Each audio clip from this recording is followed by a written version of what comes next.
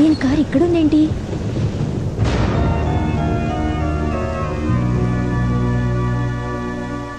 తొందరపడి ఆపరేషన్ చేయించుకున్నాం. ఎందుకంత భయం? ఈ విషయం ఎవరికి చెప్పు. అలాగే రండి గారు. నీకే అవసరం వచ్చినా నేను ఉన్నాను, మర్చిపోకు. వస్తాను.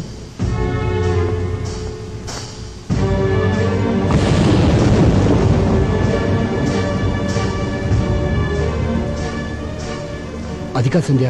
ఆపండి. కళ్ళారు చూసాను, చెవులారు విన్నాను. ఇంకేం కావాలి? అబద్ధాలు మాత్రం అండానికి మిగిలాయా? సంధ్య, నువ్వు అనుకున్నట్టుగా ఎన్నాళ్ళకు జరుగుతుంది బాగోదా? అప్పుడే కడుపు అనుబంధాలు, నేనున్నానని వాగ్దానాలు, డబ్బిచ్చే అండదండలు. పిచ్చిదానిలా మాట్లాడుకో. అబ్బాయి పెళ్ళైంది తెలుసా? అయితే అబార్షన్ ఎందుకు? పరాయివాడి పెళ్లంతో కొలకలని ఎలా అనిపించింది?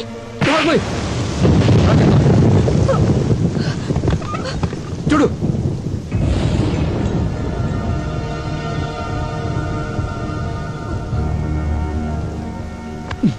అతను మన కంపెనీలో 10 సంవత్సరాలుగా పెయింటర్గా పనిచేస్తాడు. 2 ఏళ్ల క్రితం యాక్సిడెంట్లో చేతులు పోయాయి. కష్టాన్ని చంపుకోలేక కడుపులో ఉన్న బిడ్డను చంపుకున్నాడే. దీన్ని కూడా నువ్వు అనుమానిస్తున్నావంటే చిచే. ఏయ్, వాళ్ళని ఆదుకోవడం మన బాధ్యతే.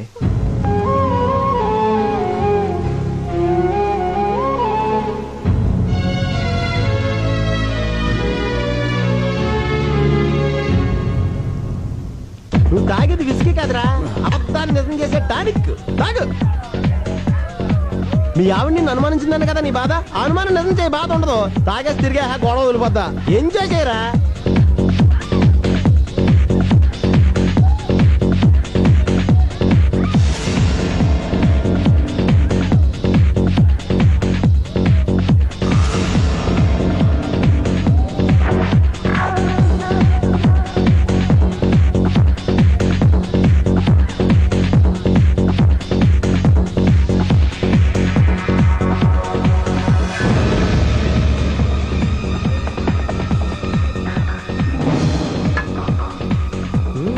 ఎరా బుక్ చేయమంటావా?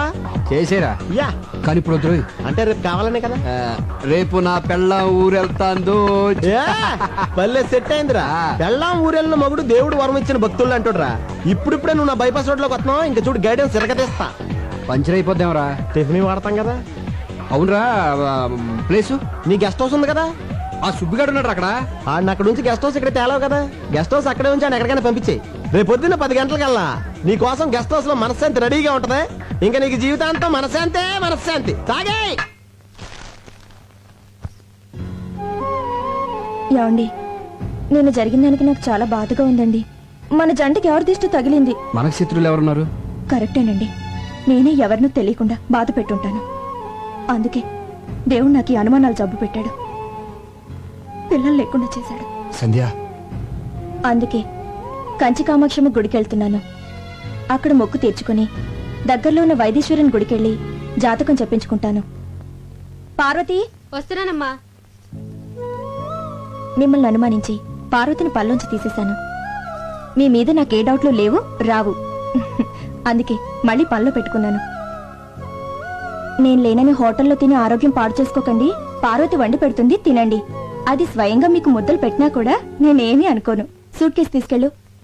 ఆ చేతులు పోగొట్టుకున్న పెయింటర్ మాధవరావు ఫ్యామిలీకి బట్టలు కొన్నాను, మర్చిపోకుండా తీసుకెళ్ళివ్వండి.